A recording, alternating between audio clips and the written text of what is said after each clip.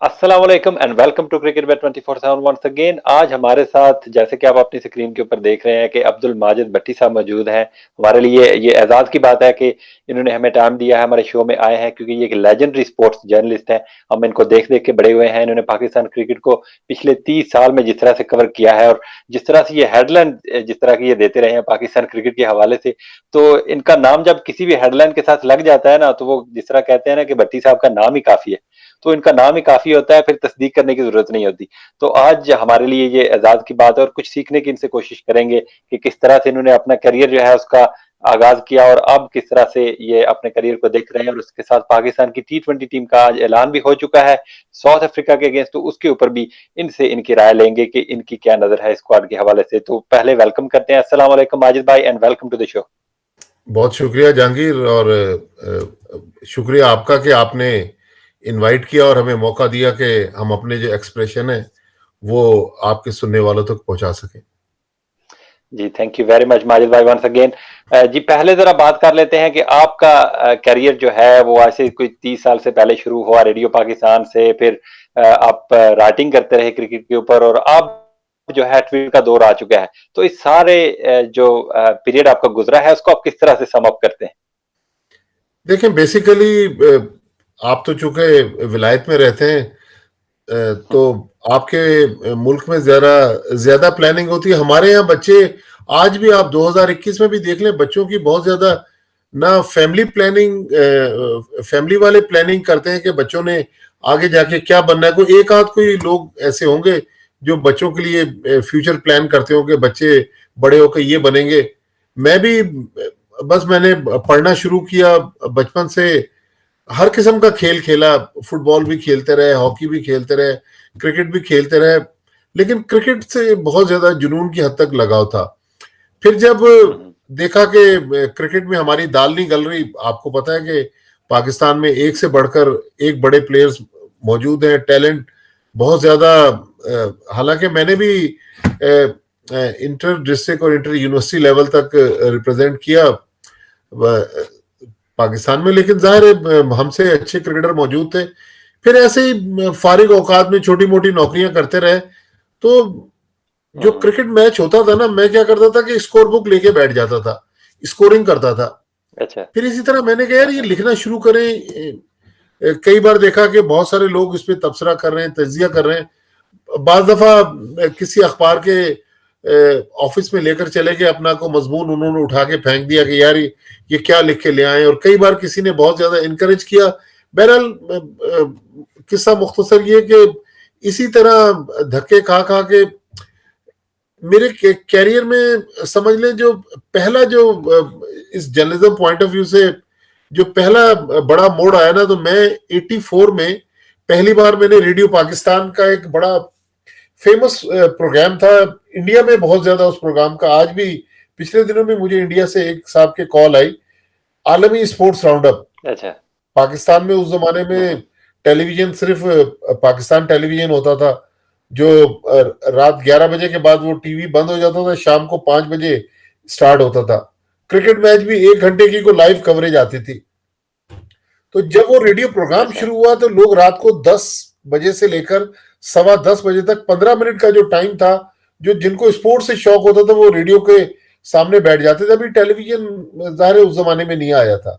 तो हमारे उस्ताद, आज भी अल्लाह ताला उनको बड़ी जिंदगी दे, अजीम सरवर साहब, वो हमारे उस्ताद थे। तो बस रेडियो पाकिस्तान से शुरू हुए। फिर पाकिस्तान का जो सबसे बड़ा एक क्रिकेट मैगजीन था अखबार वतन मुनीर हुसैन साहब का, वहां मैंने काम किया। क्रिकेटर मैगजीन रियाज अहमद मंसूरी का, वहां पर लिखता रहा। और पहली बार जो मुझे पैसे मिले रेडियो पाकिस्तान से, वो 75 रुपीज थे एक प्रोग्राम के, और अच्छा। 10 प्रोग्राम के पैसे मिलते थे 750 रुपए महीने के। और हम जाते थे तकरीबन 26-27 दिन, वो हमें बुलाते थे 750 रुपए के लिए। इसी तरह फिर जब मैं अमेजिंग। क्रिकेटर मैगजीन में शुरू किया, तो मुझे फर्स्ट टाइम 50 रुपीज उन्होंने दिए, लेकिन बहरहाल पैशन बहुत था। तो कहते ना कि मेहनत का फल इंसान को मिलता है। तो अखबार वतन से 94 में मैंने फिर जंग ग्रुप ज्वाइन किया, और आज 2021 तक अल्हम्दुलिल्लाह मैं जंग ग्रुप के साथ वाबस्ता हूं। तो बस ये हमारी जर्नी है लेकिन बहरहाल अल्लाह ताला का बड़ा करम रहा कि इस क्रिकेट की वजह से हमें पूरी दुनिया, जहां जहां क्रिकेट खेली जाती है, सारे टेस्ट प्लेइंग कंट्रीज देख लिए और दुनिया के बहुत सारे मुल्क देख लिए। तो बस ये क्रिकेट में था, लेकिन पैशन जो था उसकी वजह से ये मकाम मिला मुझे। माशाल्लाह, अमेजिंग आपकी जर्नी रही है माजिद भाई, और हमें प्राउड है जिस तरह से आप पाकिस्तान की क्रिकेट को प्रमोट करते हैं और उसकी इनसाइड स्टोरीज हमके लिए लेके आते हैं। तो हमें वेट हम करते हैं जी, जियो की स्क्रीन के ऊपर लगे रहते हैं कि माजिद भाई आएंगे और हमें कुछ अच्छी सी नई सी खबर देंगे। तो ये एक वो जैसे मैंने पहले कहा ना कि आपका नाम ही काफी होता है किसी भी खबर के साथ। तो उसके दौर को आप इस वाले दौर से किस तरह कंपेयर करते हैं? आपके सामने इतनी ज्यादा हर्डल भी आई होंगी और कितना मुश्किल होगा आपके लिए किसी भी स्टेप चीज में एक नया स्टेप लेना। और अब तो इतना आसान हो गया कि कोई भी टीवी स्क्रीन जो है वो फोन के साथ ही शेयर कर लेता है और एक जर्नलिस्ट बन जाता है। तो वो जो हर्डल आपके सामने आई है और अब का जो दौर है उसमें क्या फर्क आपको नजर आता देखिए जहांगीर, आज के दौर में ये फोन है, ये समझ ले आपका पूरा ऑफिस है। इसमें है ऐसे? आप ऑनलाइन भी कनेक्ट हो जाएं। आपके इस प्रोग्राम में मैं इस वक्त लैपटॉप के जरिए कनेक्ट हूं, क्योंकि बहुत दफा मैसेज आते हैं, कॉल्स आती हैं। लेकिन आज की दुनिया में जर्नलिज्म बहुत आसान है। आसान इन द सेंस के आपको जो एक्सेस है ना, जैसे मैं और आप बात कर रहे हैं, मैं 5-7 मिनट के नोटिस पर मैंने वजू किया, 4 फर्ज पड़े और इतनी देर में आपने अपना सेटअप बना लिया। पुराने दौर में ऐसा बिल्कुल। नहीं था। मेरा ख्याल जो जर्नलिज्म में जो सबसे बड़ी रेवोल्यूशन, बल्कि वर्ल्ड में जो सबसे बड़ी रेवोल्यूशन है ना, वो रेवोल्यूशन इंटरनेट है। इंटरनेट ने इतना आसान ऐसे। कर दिया। पास में हम लोग बाहर जाते थे, खबरें बनाकर फैक्स करते थे, कभी फैक्स मिल रहा है, कभी लाइन बिजी मिल रही है। तो इस दौर में मेरा ख्याल अगर आप कोई रिकॉर्ड ढूंढने जाएं, जिस तरह आज दानिश अजीज पाकिस्तान की T20 टीम में आया, अभी मैं गूगल पे ऐसे। जाके दानिश अजीज लिखूं तो पूरा उसका बायो डेटा आ जाएगा। लेकिन पुराने ऐसे। जमाने में तो हम किताबें लेके साथ चलते थे कि किस खिलाड़ी का क्या रिकॉर्ड है। तो आज की जर्नलिज्म आसान है। जो इंफॉर्मेशन तक आपकी एक्सेस है वो बहुत ज्यादा आसान है। टेक्नोलॉजी बहुत ज्यादा है। पुराने जमाने में हर्डल्स बहुत ज्यादा थी, लेकिन उस दौर के हम लोग धक्के खा के जो इस फील्ड में आए हैं, तो अल्लाह का शुक्र है कि आज आपने जितना कॉम्प्लीमेंट्स पेश किए उसकी बेसिक वजह ये है कि हम बहुत नीचे से ऊपर आए।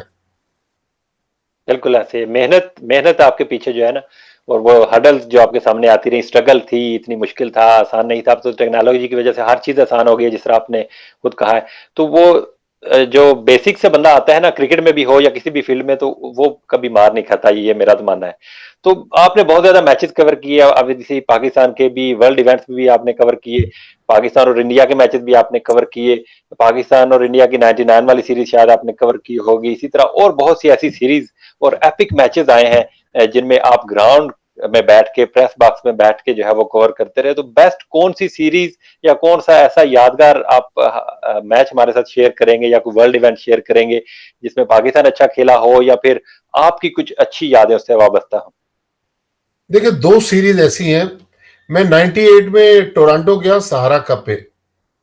पाकिस्तान और इंडिया के दरमियान सहारा कप के मैचेस होते थे। तो मेरा ख्याल में पहला मैच पाकिस्तान हारा।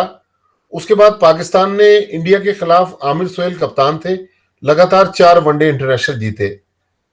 अ, अगर मैं गलत नहीं करता, शायद गंगुली उस जमाने में इंडिया की कप्तानी कर रहे थे।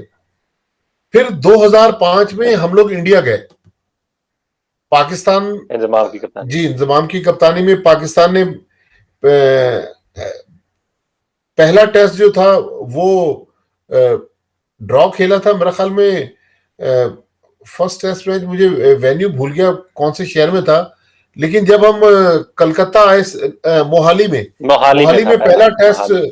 अब्दुल रज्जाक और कामरान अकमल ने लास्ट में कामरान बैटिंग अकमल। करके ड्रॉ किया। और बिल्कुल ऐसे। फिर पाकिस्तान कलकत्ता टेस्ट हार गया। यूनुस खान ने सेंचुरी बनाई। फिर पाकिस्तान ने बेंगलोर टेस्ट जीता और सीरीज 1-1 से टेस्ट सीरीज बराबर हुई। अब वनडे सीरीज शुरू हुई। तो वनडे सीरीज में पाकिस्तान पहले दोनों मैच हार गया। ये एक मैच वो था विशाखापट्टनम में, जिसमें महेंद्र सिंह धोनी ने 146 गालिबन बनाए थे या 148 बनाए थे। लेकिन जी। पाकिस्तान ने आखिरी चारों मैच जीतकर 4-2 से वनडे सीरीज जीती। मुझे याद है फिरोज शाह कोटला में जो आखिरी मैच हुआ, वहां पर परवेज मुशर्रफ साहब उस वक्त प्रेसिडेंट ऑफ पाकिस्तान थे, वो आए और मनमोहन सिंह। तो इंडिया की टीम जी मेरा ख्याल शायद 160 या 165 रन पर आउट हो गई। तो वो बड़ी ऐसे ही। यादगार सीरीज रही।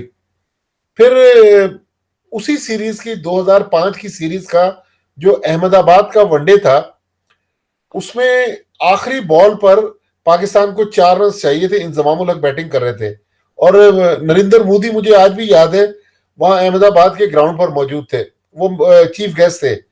और वो मुझे वो सीन आज भी जहन से नहीं जाता। सचिन तेंदुलकर ने इंजमाम को गेंद कराई है, इंजमाम ने बहुत वैसे जितना ऐसे आराम पुश से। किया गेंद को, और गेंद जो है वो बाउंड्री लाइन कवर्स पे बाउंड्री लाइन क्रॉस कर गई और एकदम पिन ड्रॉप साइलेंट। और नरेंद्र मोदी बिल्कुल ऐसे। नाराज होकर, उस वक्त चीफ मिनिस्टर थे गुजरात के, वो चले गए। अच्छा। और हाँ, उन्होंने प्राइज डिस्ट्रीब्यूशन में पार्टिसिपेट नहीं किया, लेकिन वो बड़ी हिस्टोरिक सीरीज थी। फिर मैं 2012 दिसंबर और जनवरी 2013 एक और पाकिस्तान इंडिया की सीरीज हुई इन इंडिया। और पाकिस्तान, जुनेद खान ने जहां आउट किए थे। हाँ, पाकिस्तान 1-1 से T20 सीरीज पाकिस्तान ने बराबर। बराबर की, और T20 सीरीज पाकिस्तान 3-0 जीत जाता। फिरोज शाह कोटला में जो आखिरी मैच हुआ, वहां शायद पाकिस्तान को 140 या 150 रन चाहिए थे, पाकिस्तान मैच हार गया। तो इंडिया के साथ जाहिर है हमारी राइवलरी भी है, मैचेस भी बहुत जबरदस्त हम इंडिया से खेलते रहे, तो बिल्कुल ऐसे ही। वो बड़े जबरदस्त यादें वाबस्ता हैं इंडिया के दौरों से। बिल्कुल ऐसे ही है। चले माजिद भाई, अगर थोड़ा सा और टाइम होता तो मेरे लिए ये ऑनर की बात थी कि मैं आपकी जो स्टोरीज है, मुझे बड़ा बड़ा मजा आ रहा था कि जानने का। तो अब क्योंकि आपके पास भी टाइम थोड़ा कम होगा, तो हम आ जाते हैं पाकिस्तान और साउथ अफ्रीका की सीरीज अभी जारी है। T20 स्क्वाड का आज ऐलान हो गया है। मैं पहले थोड़े से नाम अपने देखने वालों के लिए भी बता देता हूँ, उसके बाद आपकी राय मैं लूंगा कि आपकी नजर में ये स्क्वाड जो है वह किस तरह से बना है। जी, कप्तान होंगे बाबर आजम, हैदर अली ओपनर उनके साथ रखे गए हैं, शायद ये दो ही ओपनर रखे गए हैं। खुशदिल शाह, हुसैन तलत, दानिश अजीज, आसिफ अली, इफ्तिखार अहमद, मोहम्मद नवाज, जफर गोहर, फहीम अशरफ, आमिर यामीन, अम्माद भट्ट, ये 3 ऑलराउंडर एक ही तरह के रख लिए गए हैं। मोहम्मद रिजवान और सरफराज अहमद विकेट कीपर्स होंगे। शहीन शाह अफरीदी, हारिस रऊफ, मोहम्मद हसनैन, हसन अली, उस्मान कादर और जाहिद महमूद को जी फाइनली पाकिस्तान की T20 टीम में शामिल कर लिया गया है। तो ओवरऑल आप इस स्क्वाड को किस तरह से माजिद भाई देखते देखें, इसमें जो समझने वाली बात है कि पाकिस्तान के 5 या 6 जो मेन प्लेयर हैं, जो पिछले कई सालों से पाकिस्तान को रिप्रेजेंट कर रहे हैं, आज इस स्क्वाड में नहीं है। मोहम्मद हफीज, उन्होंने कहा कि मैं अवेलेबल नहीं हूं, लेकिन अब 40 साल की हैं? उम्र हो बिल्कुल। गई है। मोहम्मद हफीज भी बॉर्डर लाइन केस है, जब उनकी परफॉर्मेंस में डिक्लाइन आएगा, मोहम्मद हफीज भी बाहर हो जाएंगे। शोएब मलिक इस टीम में नहीं ऐसे ही। है, मोहम्मद आमिर नहीं है, वहाब रियाज नहीं है, फखर जमान नहीं है। तो मुझे लग रहा है, नहीं। देखें, हो सकता है कि मैं गलत हूं, मुझे लग रहा है कि ये जो करंट सिलेक्शन कमेटी है, मोहम्मद वसीम जिसके चीफ सेलेक्टर बने हैं, फिर बाबर आजम, मिसबा उल हक, अब ये यंग प्लेयरों की तरफ जा रहे हैं। आप देखें कि इस टीम में सिवाय 2-4 के ज्यादातर अब नए खिलाड़ी हैं। लेकिन अब दो सवाल पैदा होते हैं ऐसे ही। कि ठीक है, हमने नए लड़कों को ले लिया, लेकिन अगला सवाल यह है कि पाकिस्तान में जिस तरह मीडिया प्रेशर बिल्ड करता है हार के बाद, अगर खुदा न खास्ता ये टीम हार गई, तो फिर ये सिलेक्शन कमेटी प्रेशर बर्दाश्त करेगी? ये बहुत बड़ा सवाल है। लेकिन अगर, बिल्कुल। मेरा ख्याल, अगर यंग टीम को आगे लेके जाएं, इन लड़कों को ग्रूम करें। लेकिन दो लड़के, मैंने भी ट्वीट भी किए थोड़ी देर पहले, दो लड़कों पे मुझे अभी भी एतराज है कि एक तो आप देखिए, खुर्रम मंजूर ने अभी पाकिस्तान कप जो वनडे टूर्नामेंट थोड़ी देर पहले उसका फाइनल खत्म हुआ, जो केपीके ने जीता है जीत सेंट्रल लिए। पंजाब से, बिल्कुल। खुर्रम मंजूर को कंसीडर नहीं किया। फिर मुख्तार अहमद ने बहुत ज्यादा रन्स बनाए इस पाकिस्तान कप में। बिल्कुल ऐसे ही। तो मेरा ख्याल में अगर फ्यूचर प्लान में इन लड़कों को रखें, लेकिन आज तक मुझे जो इस सिलेक्शन कमेटी की सिमत नजर आ रही है, मुझे लग रहा है कि अब ये सीनियर प्लेयर, शायद मोहम्मद हफीज अगली सीरीज में वापस आ जाए, बाकी लड़कों का उस वक्त तक टीम में आना मुश्किल लग रहा है, जब तक कोई खुदा न खासा बहुत बड़ा डिजास्टर ना हो जाए। बिल्कुल ऐसे ही है माजिद भाई। अगर स्क्वाड के ऊपर नजर डाली जाए ना तो सिर्फ दो ओपनर्स रखे गए हैं। एक बाबर आजम हमारे कैप्टन है, वो ओपनिंग करते हैं, और साथ में सिर्फ हैदर अली है जो कि पिछली सीरीज में नंबर 3 के ऊपर ही खेलते हुए आ रहे थे। तो क्या ये चाह रहे हैं कि हम दो एक ही तरह के एंकर्स के साथ ओपनिंग करें कि बाबर आजम या फिर रिजवान का, ये सोच रहे हैं? तो अगर लॉन्ग टर्म ये देखा जाए कि बाकी की जो टीम्स है उनके ओपनिंग स्लॉट को देखा जाए, पावर प्ले का आपने जब फायदा उठाना होता है तो बाबर के साथ आपको एक शर्जील टाइप या फहर टाइप ही प्लेयर चाहिए ना। अगर फहर फॉर्म में नहीं है तो डोमेस्टिक में जिस तरह से आपने नाम लिया, मुख्तार है, हुरम है, उसके साथ जीशान मलिक है, तो ऐसे ओपनर्स तो मौजूद है ना। तो 20 रुकनी स्क्वाड में भी अगर आप सिर्फ दो ओपनर्स रख रहे हैं इन कोविड की सिचुएशन में, जहां कुछ भी हो सकता है कि अगर कोई पॉजिटिव आ जाए बंदा या ओपनर, या फिर कोई इंजर्ड हो जाए, तो फिर ओपनिंग कौन करेगा? देखिए, ओपनिंग का तो T20 क्रिकेट में बहुत ज्यादा मसला नहीं है। मेरे ख्याल में आपने सही कहा कि बाबर आजम और रिजवान ओपन करेंगे। हैदर अली का भी ऑप्शन मौजूद है। होम सीरीज है, पाकिस्तान के पास लड़के तो मौजूद होंगे, वो तो आप किसी वक्त भी कॉल कर सकते हैं। लेकिन आजम खान जो मोइन खान के बेटे हैं, उनको मेरे ख्याल में होना चाहिए। देखें, अब वो कह रहे हैं कि शर्जील खान और आजम खान को कहा गया कि आप वजन कम करें, अपनी फिटनेस पे काम करें। देखिए, घरों पर रहेंगे इनके वजन कम नहीं होंगे। इनको आपने ऐसे ही। फिट करना है, हाई परफॉर्मेंस सेंटर में लाहौर में बुलाएं।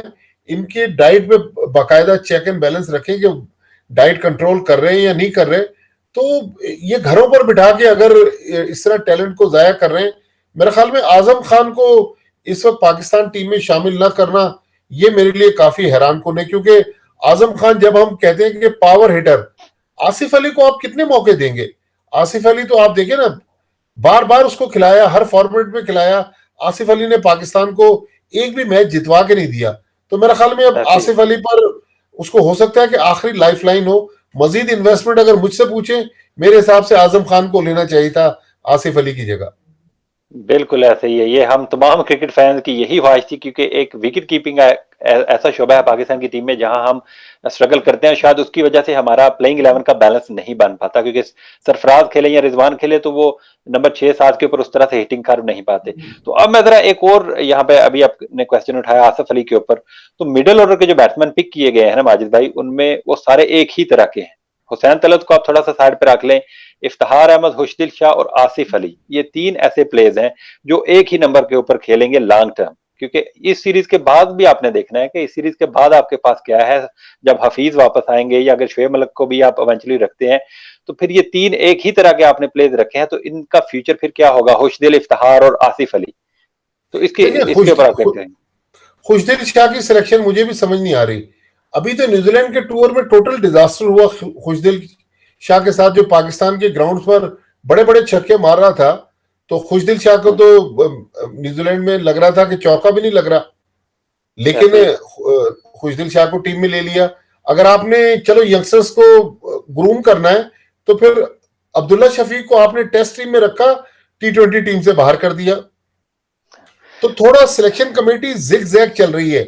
फिर ऐसे ही। इफ्तिखार अहमद को या तो आप खिलाएं या बाहर करें। इफ्तिखार अहमद का आज तक तो हमें ये नहीं समझ आया।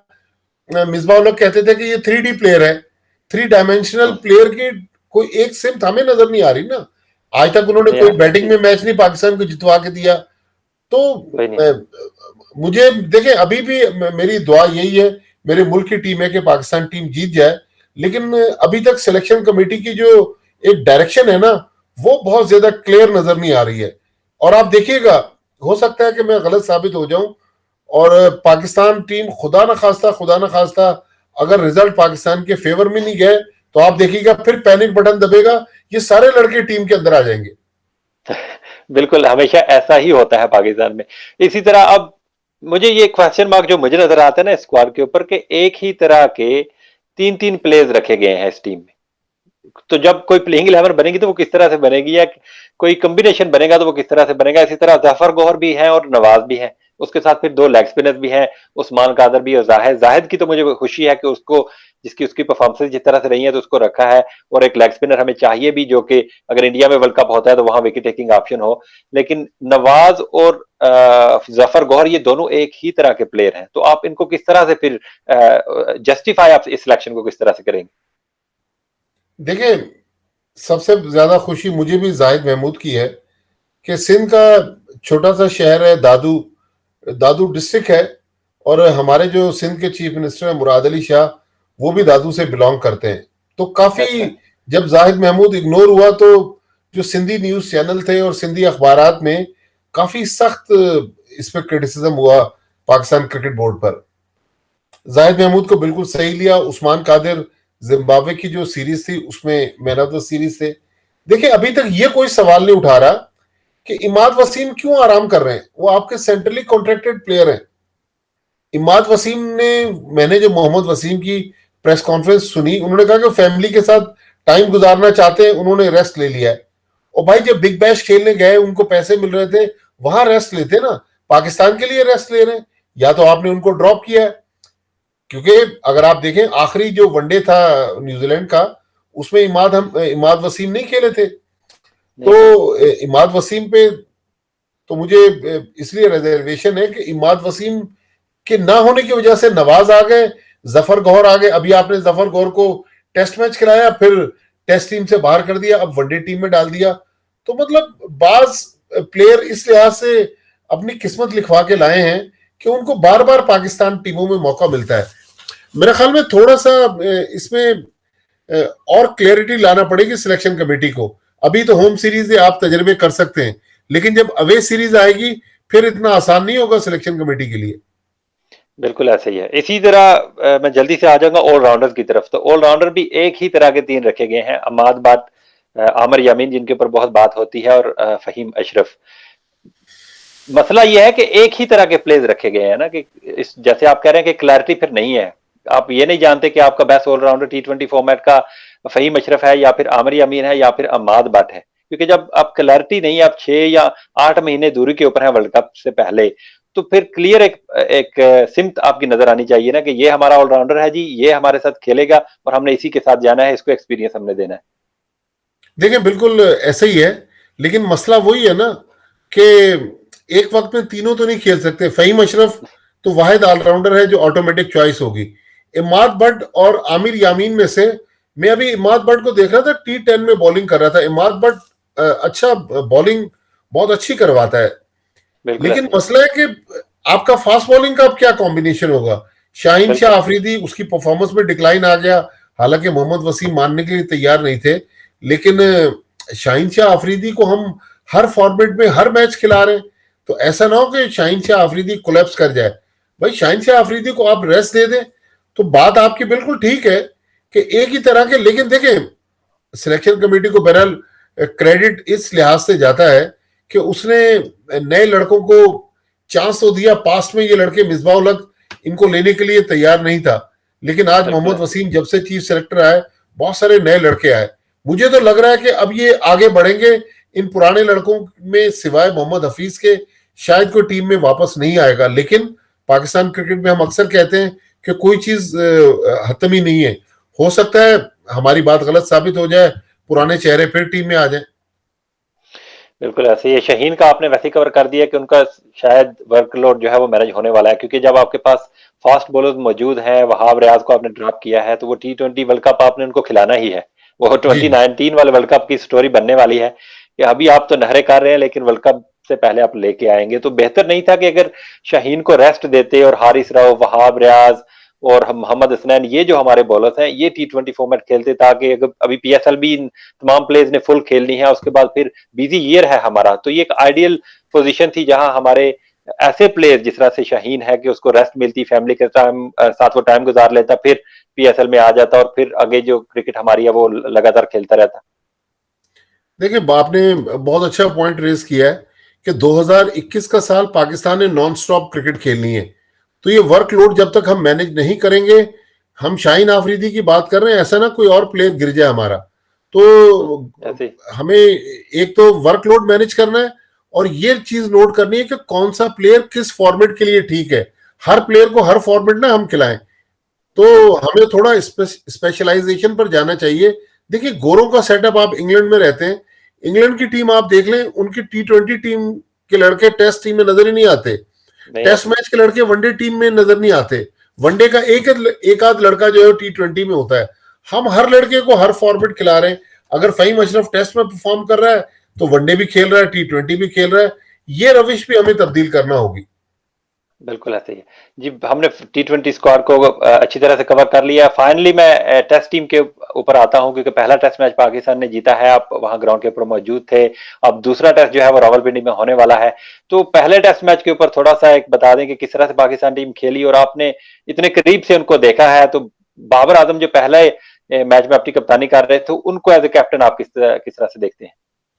देखें, ये नो डाउट पाकिस्तान टीम को मुबारकबाद के पाकिस्तान ने बहरहाल दुनिया की एक बड़ी टीम को होम होम ग्राउंड पर आउट क्लास किया, लेकिन हमने अपनी कंडीशंस में उनको हराया, जो हमारा राइट था। दुनिया की हर टीम होम एडवांटेज लेती है, लेकिन अब ये भी हमें देखना चाहिए कि हमें उस क्वालिटी और उस क्लास के प्लेयर चाहिए जो जब हम बाहर जाएंगे, अभी हमने साउथ अफ्रीका जाना है PSL के बाद, फिर हमने इंग्लैंड जाना है, फिर हमने वेस्ट इंडीज जाना है, तो हमें वो प्लेयर चाहिए जो दूसरे मुल्कों में भी जाके परफॉर्म करें।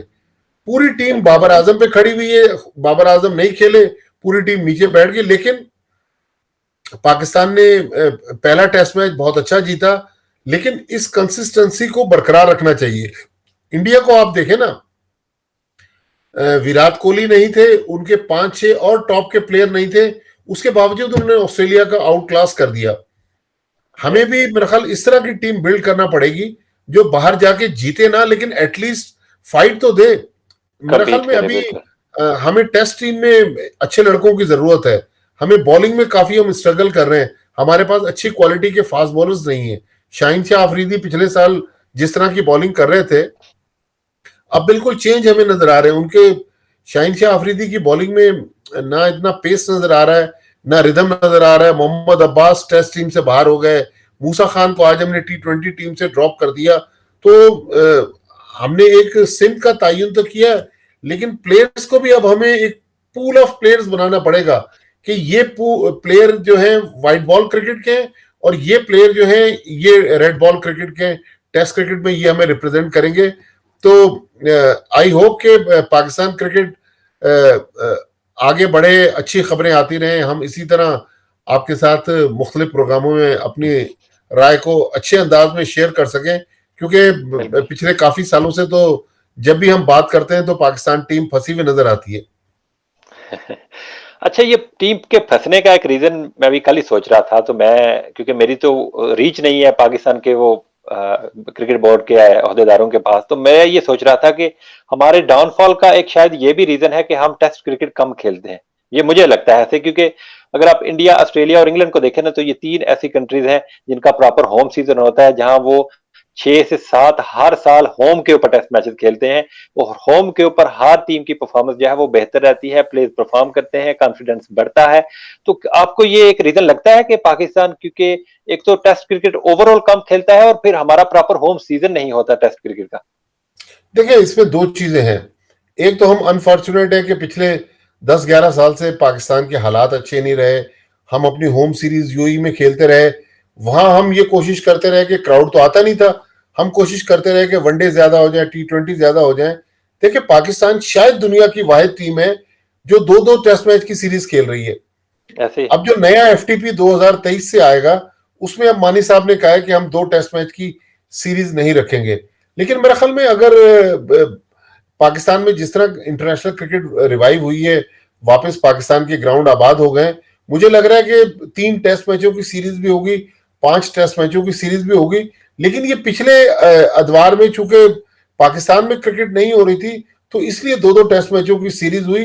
फिर हमने अवे सीरीज में भी 2-2 टेस्ट मैच रखे। तो मेरे ख्याल में पाकिस्तान को, बिल्कुल आपने ये अच्छा पॉइंट उठाया कि ज्यादा टेस्ट मैच खेलने चाहिए। बिल्कुल ऐसे ही है। तो फाइनली दूसरा टेस्ट मैच जो पिंडी से शुरू होने वाला है, उसमें कुछ तब्दीली आप देख रहे हैं? क्योंकि पिंडी की जो पिच है वो थोड़ी सी डिफरेंट होती है, फास्ट बॉलर्स के लिए सुटेबल उसको कहा जाता है। वेदर भी वहाँ थोड़ा सा कराची के मुकाबले में थोड़ा सा सर्दी ही होगा। तो आप क्या चेंजेस देख रहे हैं दूसरे टेस्ट मैच के लिए? देखिए, बाहर तो टीम अनचेंज नजर आ रही है, लेकिन अगर मेरी कोई राय लेना तो मैं हारिस रऊफ को टेस्ट डेब्यू करवा दूं पिंडी में। एक तो पिंडी बॉय है, होम ग्राउंड पे मैच खेलेगा, और पाकिस्तान को उस सर्द मौसम में जिसकी आप बात करें ना, 140 145 की पेस वाला बॉलर चाहिए। फिर बिल्कुल ऐसे ही है। अगर हसन अली थोड़ा सा स्ट्रगल कर रहा था, हसन अली को आप चांस दे दें, फहीम अशरफ को दे दें, मेरे ख्याल में शाहीन शाह अफरीदी को रेस्ट देके ना हारिस रऊफ को खिला देना चाहिए पिंडी टेस्ट में। बाकी तो अनचेंज स्क्वाड देखें, फास्ट बॉलिंग के लिए पिच नहीं बनाएंगे, उनको पता है कि साउथ अफ्रीका के बॉलर्स ने कराची में पाकिस्तान को मुश्किल डाली हुई थी। पिच आपको वहां स्पिन स्पिन ट्रैक ही मिलेगा पिंडी में। हम्म। तो अब हारिस रऊफ एक ऐसी चेंज आप देख रहे हैं, वरना वही टीम खेलती हुई नजर आ रही है, नहीं, तो मैं कह साउथ रहा हूँ कि शकील अगर का कोई मुझसे कोई चांस नहीं है। पूछे तो मैं हाँ, हारिस रऊफ को, सॉरी क्या कह रहे हैं? मैं ये कह रहा था कि जिस तरह ओपनर हमारे फ्लॉप हुए हैं, आबिद अली स्कोर नहीं कर रहे हैं, इमरान भट्ट को उस तरह से मुझे रेडी वो लगते नहीं है टेस्ट क्रिकेट के लिए, तो वहां क्या ये एक चांस है कि अजहर अली ओपनिंग कर लें और साउथ शकील जो है वो भी नंबर 3 के ऊपर आ जाए टीम में? देखिए, कराची टेस्ट में यही प्लानिंग थी इनकी, हम्म। इमरान भट्ट को डेब्यू नहीं कराना था। अब तो कल तो इंजमाम उल हक ने भी कह दिया कि ये इन ओपनर के साथ आप आगे नहीं जा सकते। तो मेरा ख्याल में इमरान बिल्कुल। भट्ट को एक चांस दे दें, आबिद अली को ड्रॉप करें, तो अजहर अली को ऊपर ले आए, सऊद शकील को नीचे आप खिला सकते हैं, ये भी एक अच्छा ऑप्शन है। लेकिन देखिए, इन ओपनर्स के साथ मेरे ख्याल में शान मसूद के केस में हम थोड़ा सा हाश हो गए। हालांकि उन्होंने 3-0 लिए, लेकिन शान मसूद को जिस तरह हम ग्रूम कर रहे थे, शान मसूद को एक और मौका मिलना चाहिए था होम ग्राउंड पर। एटलीस्ट आप टीम के साथ तो रखते ना। देखिए, शान मसूद पाकिस्तान वापस आया, उसने दोबारा इन पिचेस पर स्कोर करना शुरू कर दिया। तो आबिद अली की भी मुझे वो क्वालिटी नजर नहीं आ रही जो एक दुनिया के बड़े ओपनर्स की क्वालिटी होती है। बिल्कुल ऐसी है, किसी भी स्पेशली टेस्ट टीम की सक्सेस का राज जो है ना, वो ओपनर्स उसके सॉलिड होना ओपनर, जरूरी है, क्योंकि बिल्कुल। अभी हमारे अजहर और बाबर और फवाद है वो जल्दी एक्सपोज हो जाते हैं, तो हर मैच में बाबर या अजहर या फवाद रन तो नहीं बनाएंगे ना, तो ऊपर से रन बनने काफी ज्यादा जरूरी है। इसी तरह जी जी अभी फास्ट बॉलिंग हमारी माजिद भाई जिसकी एक लेगेसी है हमारी, फाइनली मैं ये फाइनल क्वेश्चन पूछूंगा, आपने जाना भी है, फास्ट बॉलिंग की जो लेगेसी हमारी रही है, हम डेड विकेट्स के ऊपर भी अपनी फास्ट बॉलिंग की वजह से ही जीता करते थे, वकार Wasim, Mohammad Asif, Umar Gul, Shoaib Akhtar, you name it. अब क्या मसला नजर आ रहा है कि हमारे फास्ट बॉलर, उसी पिच के ऊपर रबाडा ने हमें तंग किया, लेकिन हमारे फास्ट बॉलर बिल्कुल भी ऐसा लग रहा था कि जैसे वो गेम में है ही नहीं। देखिए, उसी लेगेसी का एक पार्ट वकार यूनुस पाकिस्तान के बॉलिंग कोच हैं। जिस लेगेसी का आप जिक्र कर रहे हैं, Waqar Younis one of the greatest fast bowler in the world. लेकिन हमारे पास मेरे ख्याल में अच्छे बॉलर मौजूद है, ऐसा नहीं है कि नहीं है, लेकिन हम हार से डरते हैं, हम लड़कों को एक्सपोज करने से जरा घबराते हैं। लेकिन अब जिस तरह इस करंट सिलेक्शन कमेटी का एक माइंडसेट नजर आ रहा है, तो मुझे लग रहा है कि मजीद जो है वो नए लड़कों को पाकिस्तान की तरफ से मौका मिलेगा इस सीरीज में। हो सकता है हारिस रऊफ जो है वो टेस्ट खेल जाए पिंडी में, और हारिस रऊफ अगर अपनी फिटनेस पे काम करें तो वो पाकिस्तान की फास्ट बॉलिंग में एक अच्छा इजाफा होंगे। वक्कास मकसूद एक और लेफ्ट आर्म फास्ट बॉलर है, डोमेस्टिक सीजन में बहुत आउट किए हैं। वक्कास मकसूद को भी हम चांस दे सकते हैं। पाकिस्तान अंडर 19 में 2-3 और अच्छे लड़के हैं। देखिए, सोहेल खान बहुत अच्छा बिल्कुल हमारे पास सोहेल। टेस्ट के लिए बॉलर था। हमने सोहेल खान को टूर करवाते हैं, खिलाते नहीं है। टूर मैच में भी जहां उनको मौका मिला उन्होंने आउट करके दिए। तो मेरा ख्याल है हमारा जो जजमेंट है ना, मैं किसी की नीयत पे शक नहीं कर रहा, लेकिन जजमेंट जो सिलेक्शन कमेटी की है वो थोड़ी सी ठीक नहीं है। बिल्कुल ऐसी है। माजिद भाई एक बार फिर आपका शुक्रिया अदा करेंगे, आपने हमारे लिए टाइम निकाला है, इतने शॉर्ट नोटिस के ऊपर आप आ गए। हमारे लिए एजाज की बात थी कि आपके साथ इस तरह बहुत से शुक्रिया लाइव आपका। डिस्कशन हुई है, क्योंकि हमने तो टीवी स्क्रीन के ऊपर ही आपको देखा था। तो माशाल्लाह, thank you very much once again. और प्लेजर। इंशाल्लाह कोशिश करेंगे कि इस सीरीज के बाद फिर आपके साथ जो है वो मुलाकात हो, और इंशाल्लाह। एक लंबे सा इंटरव्यू मैंने आपके साथ करना है, ये मेरी ख्वाहिश है माजिद भाई। चले, इंशाल्लाह जरूर। Thank you. जी थैंक यू वेरी मच, अल्लाह हाफिज। अल्लाह।